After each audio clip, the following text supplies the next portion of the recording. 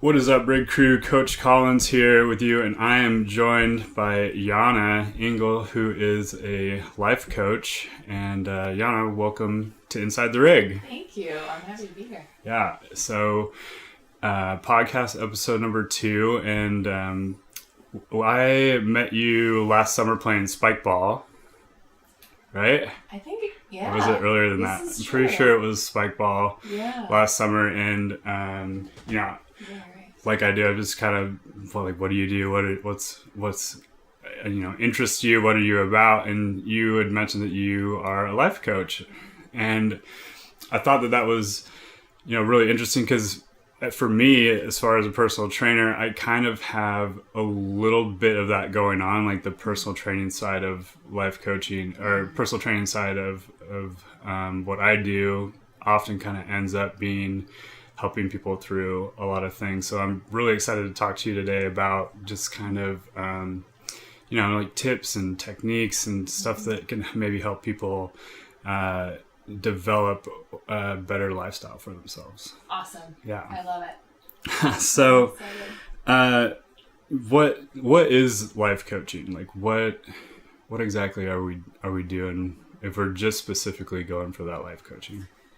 Yeah, that's a big question, because I think this time of where we're at, just society, so many people refer to themselves as coaches. Mm-hmm. And so there's a lot of different definitions out there. I'll focus specifically on my field of work. And then I think another helpful differentiation would be between what is life coaching and how is that different from counseling or therapy. Mm-hmm. So I'll start there with more of a broader definition of and distinction between the two.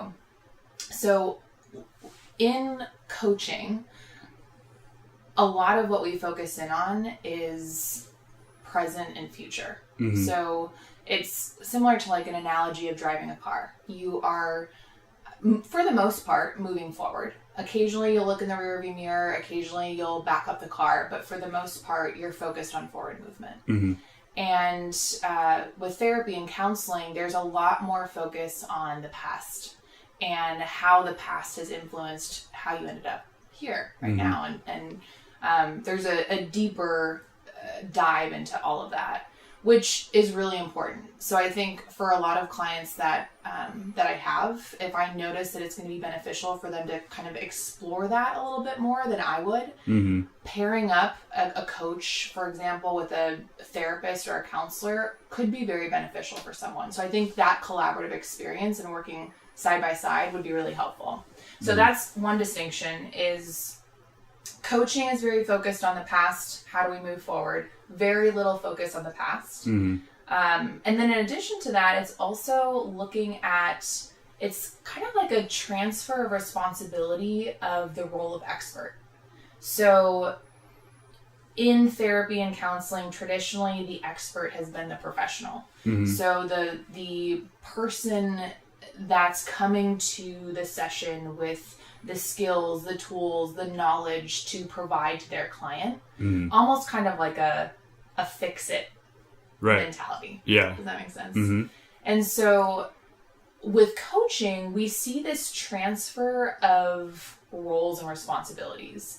I'm, as coach, not coming to the session with what they need to create change in their life. Right. They are the expert of their own lives. They know what's going to work best. They know what doesn't work. Mm-hmm. They have all of the data and information around themselves, what's important to them, what they value, and really kind of the onus is now on them to take that expertise and create meaningful change for themselves. And I just become someone that holds that space. Okay, so you're taking on more of the role of guide versus maybe like the boss or however you want to look at it. So it's more of a kind of a third party, it's this collaborative experience. So it's not to say that I won't offer advice or I won't offer up suggestions. My role as coach is really looking at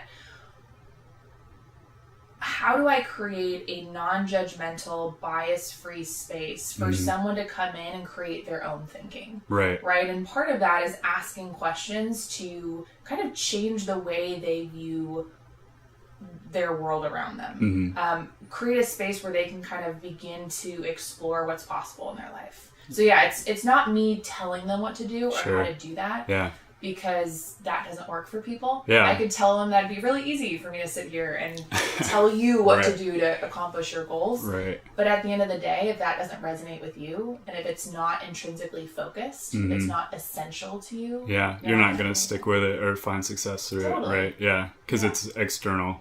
Right. Right. Right. And you have to be internally motivated to make those kind of changes. Okay. Yeah. Yeah, awesome. Extrinsic versus intrinsic is a really good focus of when we are just focused on the extrinsic, there becomes little personal attachment to us and what's important. Yeah.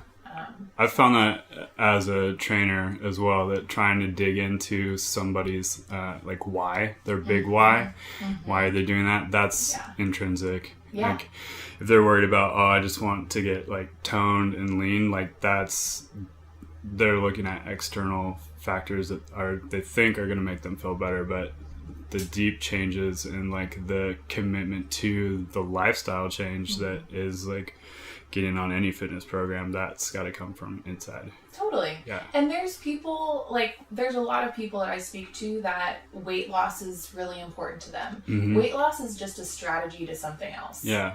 Well, the weight loss is a factor, but it's like, why do you want the weight loss? I want to stay healthier so I can play with my grandkids. Like that kind of stuff. Right. Getting into that. Totally. And once you have that personal attachment, it becomes like the not changing doesn't become an option, right? Like you kind of view that change as your only option towards reaching what you want. And that's really powerful. Yeah.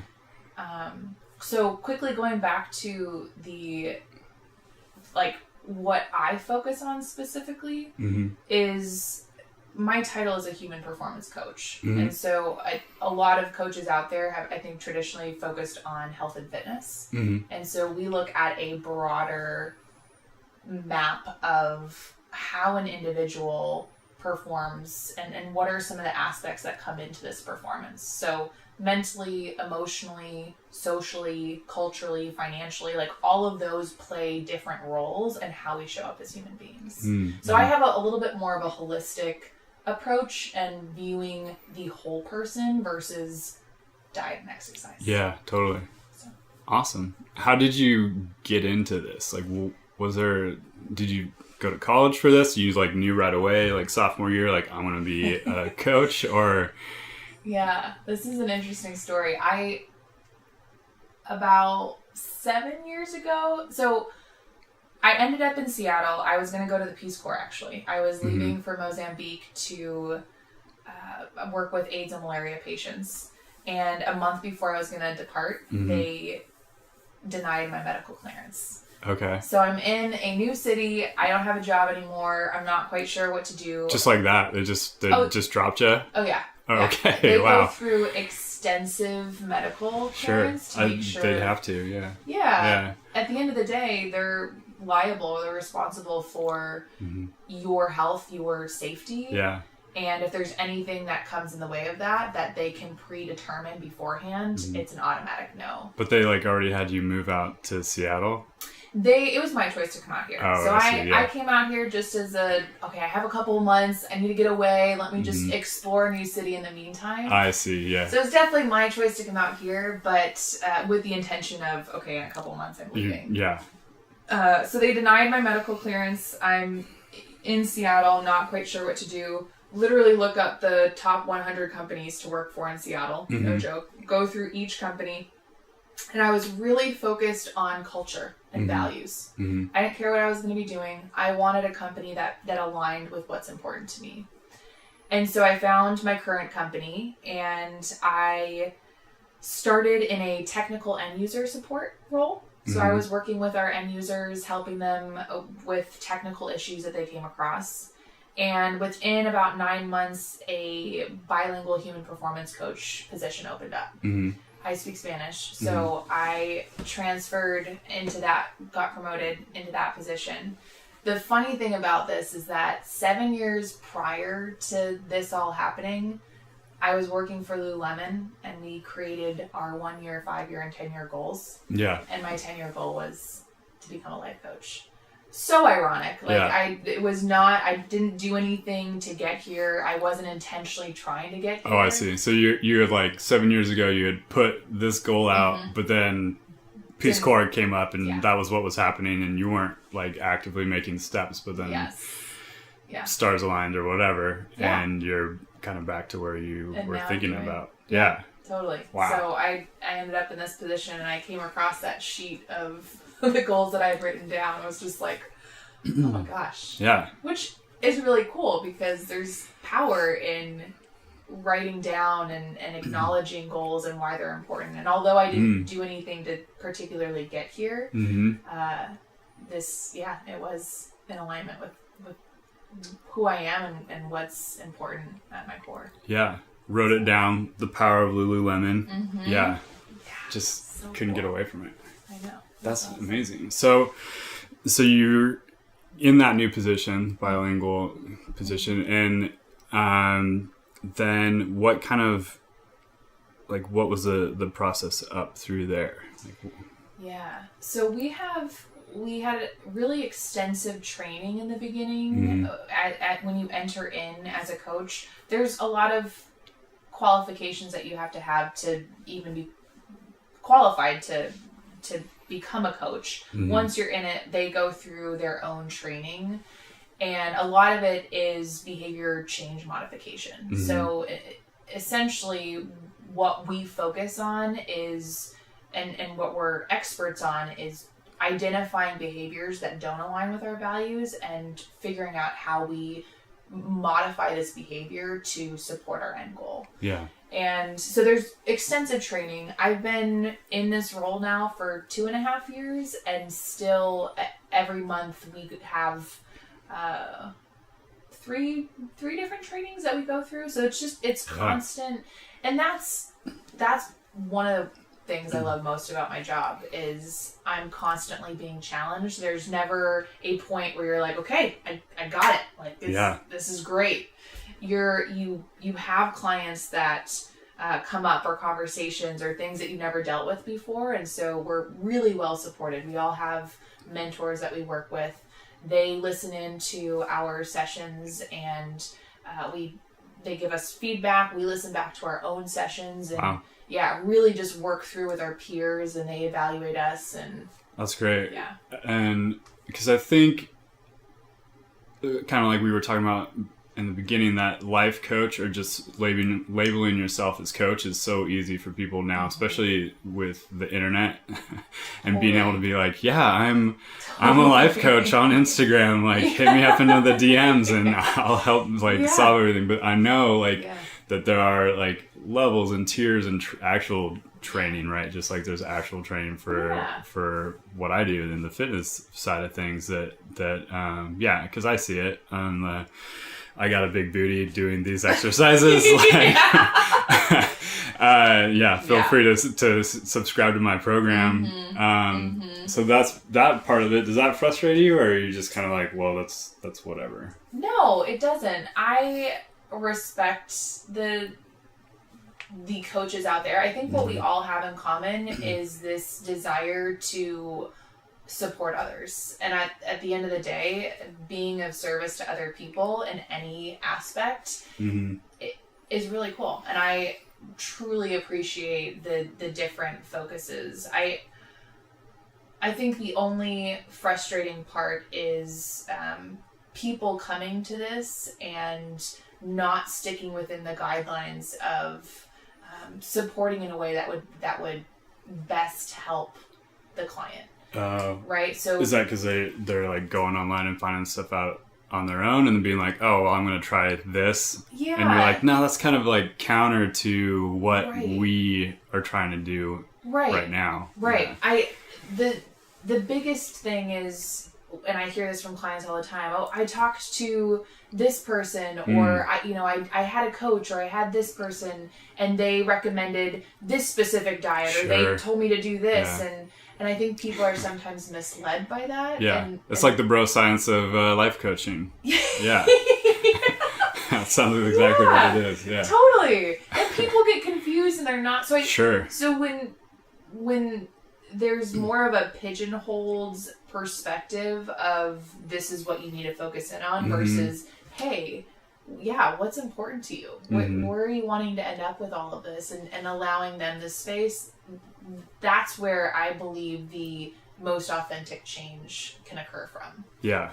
But people do it their own way. And at the end of the day, it happens. There's nothing you can do about it. Yeah, that's kind of it's the double-edged sword of where we're at right now with information being so accessible, is that you get a lot of junk, but then hopefully inside of that there's some good stuff for people, and it's accessible, which is great, but yeah, it's sometimes you get some weird stuff out there for sure. I've had clients come up to me and be like, yeah, so I read this the other night, and I'm just that's not even a thing. I'm sorry. Yeah. Just flush that right out of your head now. Yeah. Well, we're enamored with the quick fix, right? Yeah. We're enamored with this idea that we can press a magic button and our whole life will change, right? And that's, I refer to this as the New Year's resolution mentality, where January 1st, our entire life changes, and we have a different way of eating and exercising and communicating with our loved ones and showing up to work.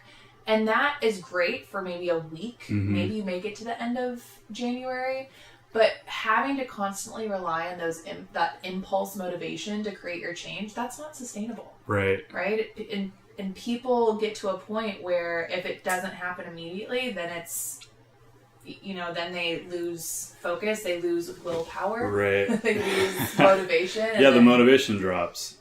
Yeah. I feel like that's probably been one of my biggest things in the last year or so, is dropping the looking for the motivation and trying to be motivated about something, and switching over to being more disciplined. Like, just have discipline, and the motivation is going to come and go. And sometimes, like, the motivation will be there, and I can ride that wave and push a little bit harder and do a little bit more that week. But sometimes the motivation is not there, but I still need to get a baseline done. Oh my gosh, absolutely. It's this, I always talk about this idea of flexibility, right? Part of balance, like if you were to balance on one foot, you have all of these muscles coming together in action to help you balance. The same thing happens in life when we try to create this idea of, okay, this is what I'm going to focus in on from week to week, and we don't allow room for flexibility. We're setting ourselves up for failure, one, because things happen, things come up that we don't expect. And when we're unable to kind of shift in the moment, we end up not doing anything, or we completely remove ourselves. And then that's when motivation drops incredibly and people just end up in the same place. Yeah. So being able to look at, okay, where am I at right now? What do I have going on this week or today? And what's realistic for me today? Maybe that goal of exercising today looks like a couple walks around the block rather than an hour at the gym. Right? And people are just I think it's the all or nothing. Like, if I can't do my goal, if I can't do all of what I wanted to do, then I'm not going to do anything at all. Yeah, absolutely. You see that, I see that all the time of like, oh, well, we didn't hit our goal, or, I messed up this one day on my food and nutrition, like, throw hands in the air, it's all over. Right. Yeah. And that's just not the case. And that doesn't work for people, because then there's, I think it's much easier to take a second to think about, okay, what does feel realistic? And rather than going from this huge goal to nothing, like, anything is 100% better than nothing. Yeah. So if you were to commit to just half or a fourth of what you were originally going to commit to, great. Yeah. And then hopefully those small little bits over time add up to something greater than the sum of its parts, right? Yeah. Like, yeah. Absolutely. I think that's the biggest thing that people are sometimes missing, is that if you just make a little step every day, you're going to be surprised about where you end up at. Yeah. But vice versa, if you do like 10 steps one day, throw yourself off, don't do a step for 5 days, and then come back and do 10 steps, it's not the same. It's not, you're not going to, it's not going to add up like it is if you just do a little bit every day, for sure. You're right. A question I ask my clients is, how can you be just 1% better than you were yesterday? Yeah. 1%, that minimizes it so much where we can fully wrap our heads around what that 1% can look like. Maybe it's waking up in the morning and setting an intention, right? Maybe it's committing to drinking 3 glasses of water, right? Like 1% better than yesterday. But then watch how that accumulates over a week, a month, a year. Right. That's when you're building those sustainable changes versus that New Year's that you're alluding to, where you just try to slam it all in at once and it's too much. Your head and your body just freak out. Totally. And you knock yourself off knock yourself off the trails real quick. Yeah. For sure. Yeah. You kind of talked about your continuing education. I was wondering if there's something like in the field of life coaching that really excites you, like something new coming up, or maybe just a different way that life coaches are looking at things. Yeah. Oh man. I mean, specifically for my field of work, we've been looking at this marriage between human connection and technology. And that's been really fascinating on how those two can come together to better support an individual. I get really scared away when I start thinking of technology and that coming in, because in my head, the human part of what I do is probably the most important to me. Having that connection with another individual and being a part of their journey in a very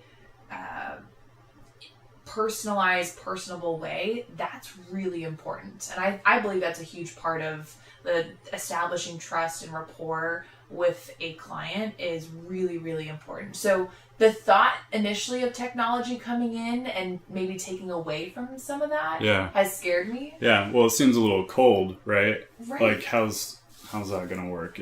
And I feel like, to your point, that one of the reasons for success is because you have that other person that's an actual person keeping you accountable and that you're able to talk to. So when you're talking about technology, what do you mean? Is that look like online life coaching, or are they getting something through an app, or?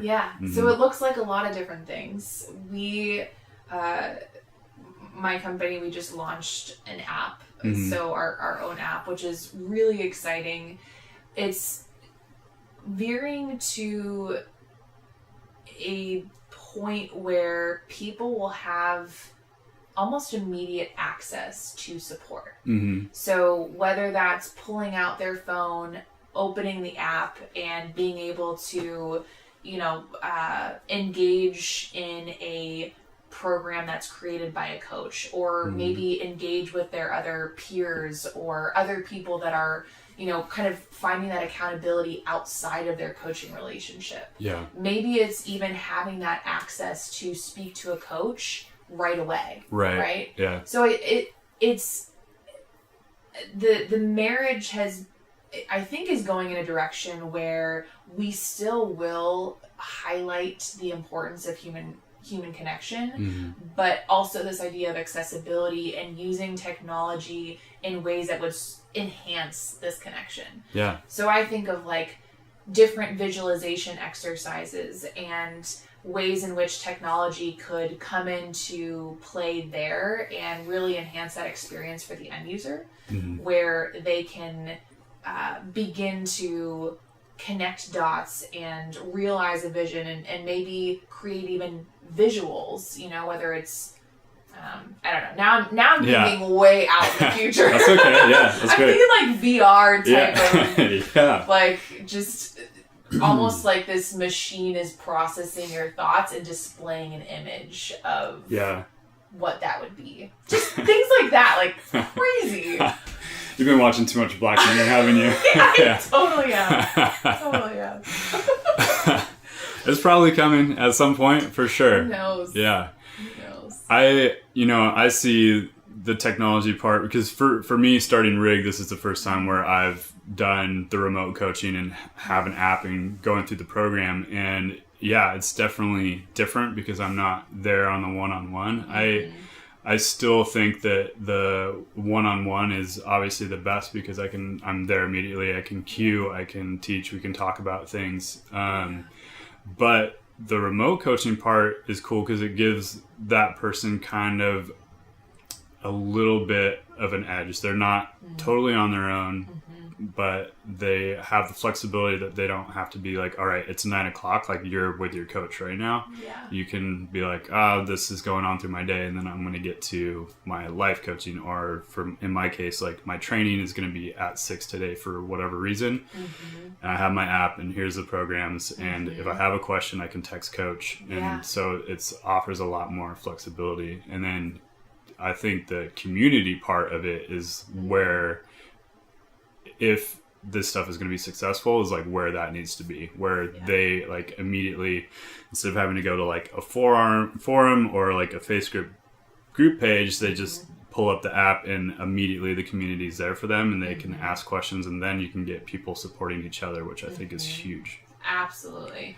And there's this idea of self-accountability. When you are more in control of your change, there's more of that self-accountability versus, I have a call with my coach at this time, or I'm meeting with my coach at the gym at this time, and so I'm just gonna, that's what's gonna make me show up, or that's what's gonna make me do what I need to do to get to where I need to be by our appointment. Yeah. It's more of, okay, what do I need to do for myself, and how do I take care of that, because I know this is gonna get me to where I want to go. Definitely. I think going back to that extrinsic factor, right? Yeah. And I see that sometimes for sure. It's like, well, I'm going to pay this amount of money to coach, and then that's going to force me to go. And that's great to start.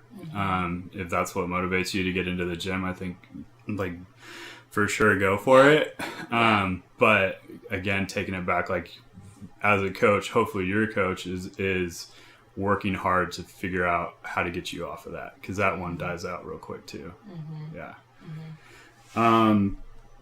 So if someone is listening to this and they are, you know what, Yana, I want to get my shit together. What's a good like starting spot for them? That's probably a huge question. That's a huge question. No, but it's a good one. It's a good one.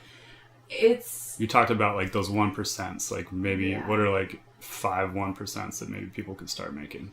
So this is what I would recommend for anyone that has a goal in mind, is to first of all clearly identify the goal. Where do you want to end up? What does the timeline look like? Timeline doesn't matter, but having a very specific idea of where you want to end up and when is important. When you have that end goal, some questions that I would say to are important to really think through are, first of all, why is that end goal important to you? So, for example, if your end goal is to lose weight, right? You get that a lot. Why is that important?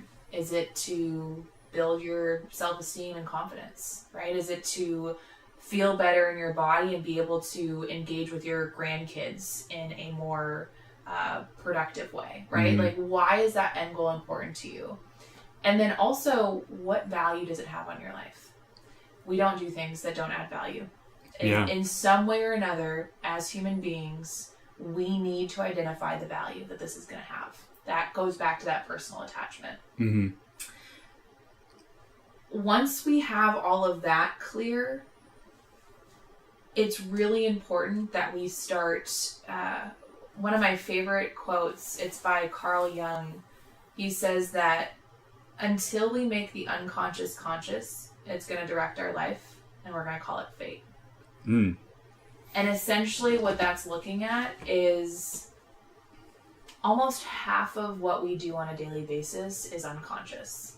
Yeah. We get into such routines, and a lot of that's important because we don't want to think about what to breathe or if we, what we need to do and what muscles we need to move when we're walking. Like all of those things we don't want to have to think about. But we start creating very ritual, habitual routines around things that are important to not have on autopilot. And so my next suggestion would be to really slow down and pay attention to your behaviors, beginning to make the unconscious conscious. I'm reading a book right now it's called Train Your Brain by Dana Wilde. And she talks about the outside world always matching the inside world, what's in your mind. And so if in your mind you have, let's say, a thought of, I'm a failure, right? It's essentially like putting on a pair of tinted sunglasses. Yeah. And anywhere you look, you're going to see that same tinted color. Doesn't matter where you're looking or what you're looking at. So you have this lens of, I'm a failure, and your outside world shows that, right? And everywhere you look, you see failure. Right. You're going to be reminded about why you are a failure. Yeah, exactly. And you find all of these different proofs because ultimately it's this reflection. Your world out there is just a reflection, a mirror image of what's in your mind. And so part of this process of making the unconscious conscious is really looking at what are the thoughts going through your head, right? It's sometimes people want to go directly to changing a behavior. Yeah. But if you see this cycle, if you change a behavior, but your thoughts don't change, you're going to end up in this same routine as you were before. Yeah. No matter how small that behavior was that you try to change. And maybe it's successful for the first week or two. Right. Kind of back to that, like, short-term, long-term stuff. Like, you're going to get off the tracks real quick because you haven't done the internal work yet. Yeah, so much of it is mental. So much of it. And with very physical goals like weight loss or different exercise routines or goals that you have, a lot of it is mental because we have this block. So really identifying what are the thoughts going through my head and are they supporting my end goal? And a recommendation for people would be to have a set time every day to check in with yourself. Sit down, set your timer for 5 minutes, and literally go through all of the stressful thoughts in your brain at that moment. What is that little voice in your head saying? Write it down. And is that, whatever that is, in alignment with your end goal? And if it's not, that's where the change needs to begin. Yeah. This change is difficult, right? It's not something that happens immediately. It's something that is a continuous journey. Yeah. You'll notice this thought pop up in other areas. You'll notice how it reflects in your world. So just being aware of when that happens is key. That's the biggest first step. Right. And then I'm sure like you can write it down and then be like, all right, I'm going to fix that. And then you're like, cool, the ego pops up. You're like, that's no longer my problem anymore. I'm done. I figured it out. And a month later it pops up again, right? Yeah. Yeah. That's why awareness, you don't have to fix anything. Like, don't start with the fix it mentality. That doesn't work. Start by just building that awareness. It's almost like a game. Just play a little game with yourself of noticing all the times when your story appears for you. One of my stories that I've had for a long time that I've been working through is this story of not being good enough. A lot of people, I'm sure, can relate to that. And it's gotten to the point right now where it's purely a game for me of noticing when I have this thought of I'm not good enough. And it shows up. I've been working on this for years. And it will continuously show up. And it's just an opportunity when it does to acknowledge it and attached to a new thought. Yeah. One thing I want to point out, which always blows my mind, is we create beliefs based off of what happens, right? We essentially... This is going to get deep. Go for it. Yeah.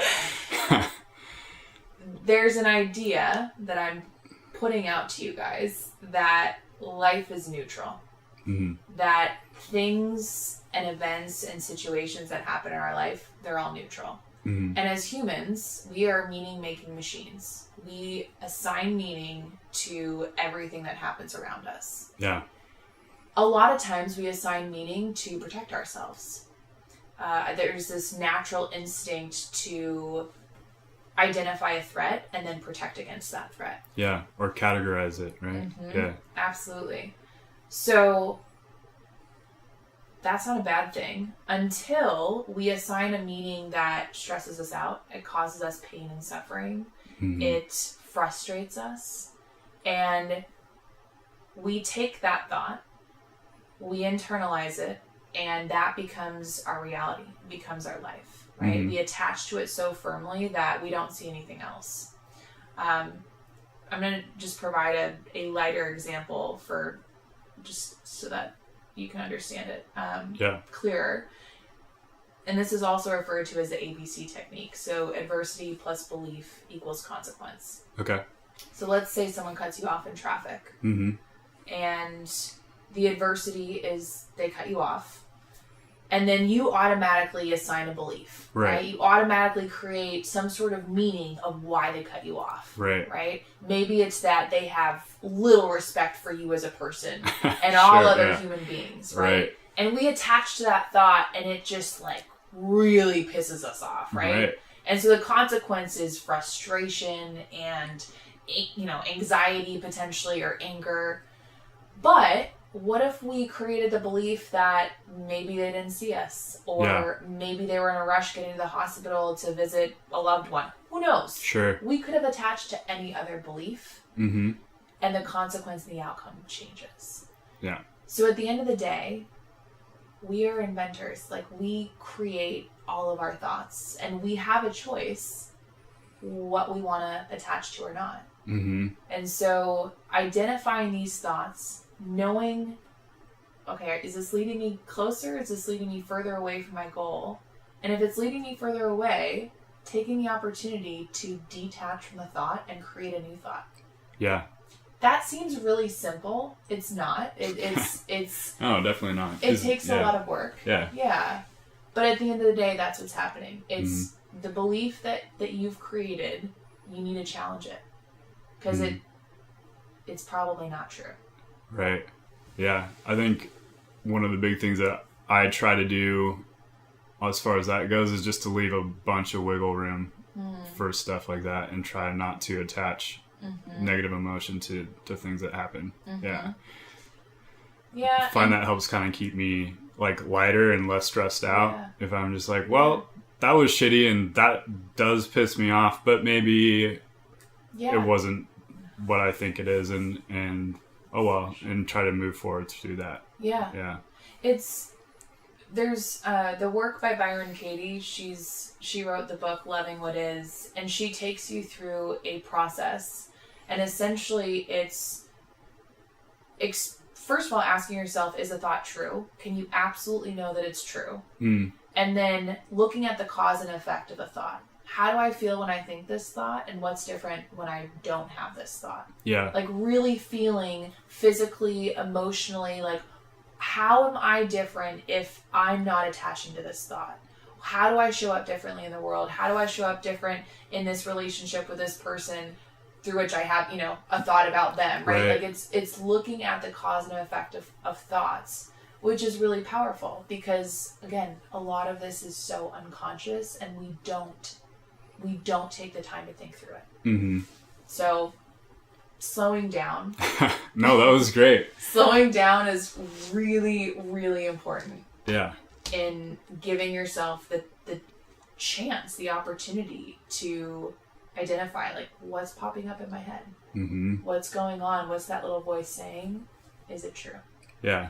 So taking that time out in the day and taking some time for yourself, maybe journaling. Do you have people journal? Journaling is great for people that are really into it. I am not a journaler. Neither am I. It does not work for me. Yeah. It causes me more stress because I think I need to get somewhere with my journaling. Oh, yeah. So letting go of... You need that expectation with a journal. Yeah. Yeah. Maybe that's what we need to do instead. Totally. I would recommend with anything out there, like, make this a huge experiment. Experiment with something, check in with yourself to see if it's working for you, and if it's not, change it. Right. So for example, for me, what some of the little routines each day, and one of the things that you pointed out earlier was the idea, we call it micro habits. So little habits that you implement each day that become so habitual that they become part of that unconscious, but they're actually supporting your end goal, right? Rather than those habits that don't. So a couple of the micro habits that I focus in on, I wake up in the morning and I first set an intention for my day. I look at what I have going on in the day, what's coming up, and what's going to be my focus. Takes me about a minute. And then I check in with myself. At 3 p.m. I have an alarm go off, and it allows me a couple of minutes to just check in on the intention. How am I doing so far? Oh, wow. I like that idea. Yeah. That way it's forced not at the end of your time. Right. Yeah. It's not at the end of your day where it's like, okay, shoot, well, I made it through the whole day. I wasn't really in alignment with that intention, but now it's too late to do anything about it. Right. Yeah. And then at the end of my day, I usually have some sort of guided meditation to really take everything from that day and let it be and let it settle before I go to bed. So little things like that, implementing those, but making sure that in the end they line up with where you're headed. Yeah. I, speaking of books, I think one of the big books that I've read recently that's helped out a lot is Aubrey Marcus's Own the Day, Own Your Life. Have you read that one? I have heard of it. I have not read it. Yeah. It's about breaking your goals and what you're trying to do for your life down into that 24-hour period. Like, let's have the best, start to our day, the best breakfast, best lunch, check-in, workout, up to dinner, up to getting ready for sleep again. If we can control, because that's the stuff that we can control, right? The present moment. Right. Not well, I didn't hit my goal, throw hands up in the air. Right. You can't control that stuff. There's going to be stuff that always comes up that slows you down, or maybe even just... Absolutely. I always say you want to set goals that require very little motivation, but that you're highly capable of. Right. Back to the discipline part of it, right? Yeah. Well, and it doesn't have to be so much discipline when you're very capable of something. So for example, if you have you're training for a marathon, maybe you've never ran before, and your first goal right off the bat is to run 5 miles, right? That's going to require a lot of motivation, and you're probably not very capable right off the bat to do that. Mm-hmm. And so a more realistic goal that requires very little motivation that maybe you would be extremely capable of is getting out your shoes and taking a walk around the block. Or maybe for you it's walking a mile, right? Mm-hmm. It's going to be different for every person, but it's scaling it back to where it's so silly you almost laugh at it. Right. But that way it doesn't require that impulse motivation. It's something that feels so realistic, doesn't overwhelm you can get it done. Yeah. And then you slowly build on top, and then it becomes bigger and bigger. Yeah. Ultimately leading you where you're wanting to go. Yeah, no, I like that. I think most people, the goal or the plan is that long-term thing, but what you can actually control is what you're doing within the hours of your day, right? Mm-hmm. With a little flexibility, obviously, like the kid gets sick or whatever, or there's big traffic, that's going to throw you. But the next day you can try to have that day again, right? Mm-hmm. You have another opportunity, another 24 hours to make this the best day, and you have blocked out for yourself an hour at 5 a.m. or whatever that you're going to get up and run Or maybe if you don't feel good, you're sick that day, hopefully you can still get up and maybe half an hour in that day you can get a stretch on, right? So just like the little stuff that you can do every day, and if you chunk it into just that daily piece, then you look at after a month like, okay, now I'm running that 5 miles. And acknowledging and celebrating the successes even when they're feel really small. Yeah. Right? Like the day that you're sick and you can't make it out for an hour, like acknowledging that you did the best you could. Yeah. And that's great because it wasn't nothing. Yeah. Are you able to get up out of bed and maybe make yourself like a healthy smoothie or something like that? Like that's a success, right? Totally. Yeah. And rather than overlooking that, because it's so easy for us as human beings, we have this default setting of focusing on what's not going well and on the negatives. But if you can begin to focus on all of those little things that you did to push you in the right direction, as little as they may be, that positive feedback loop is really helpful for motivation and willpower and continuing moving forward. So celebrating success and acknowledging those small accomplishments is key. I think that's maybe a huge point, is that motivation has got to come from within. Again, back to what we've been talking about, is that, you know, setting your mindset to reward yourself and celebrate your successes, that will keep you motivated. Totally. Yeah. Keep the fire stoked, right? It's almost like coal burning train or something like that. You gotta stoke those fires. Yeah. Sometimes they're gonna run out. Yeah. And you gotta go back and grab the coal and like do some shoveling. That's the discipline part of it. Right. Yeah. Right. Yeah. And that's just a part of, and what's beautiful about this process is that that's the journey. There's no destination of, I forget who quoted this, but it's this idea that we don't wake up clean. We do things every day to get clean. We wash our hands, we take showers, we, wipe our mouth after we eat food. Like, we do things throughout the day to get clean. The same thing happens with motivation or positivity or, whatever it is.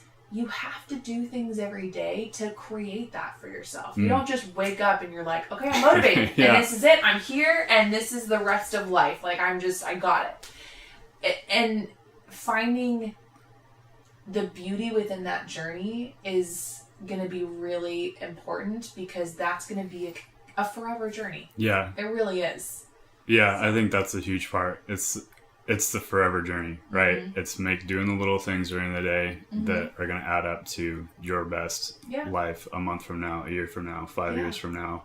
Totally. And the work doesn't stop. No. Yeah. So if you're not enjoying the work, I would challenge you to really look at what you value, and it probably means that what you're doing isn't in alignment with what you value. So you need to change it. Yeah. Not in alignment and not adding value to, right? Yeah. Okay. Totally. Yeah. Yeah. Awesome.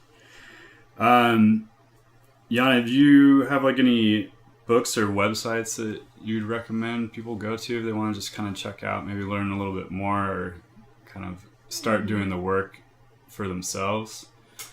Yeah, so a couple of the ones that I've mentioned today. When it comes to resources, I want to be very cautious in advising people to really find the resources that align with what you need. I don't think there's one particular resource that is going to solve all your problems help and support everybody. Yeah. A couple of the things that have really helped me is that I've mentioned is the Byron Katie. So Byron Katie has written multiple books. Loving What Is, I would say if you're needing support with slowing down, challenging some of your thoughts, and rewriting that story, she is phenomenal. Her work is just titled The Work, and it's a 4-step process. She has a website that you can go to online. I would recommend starting with a book.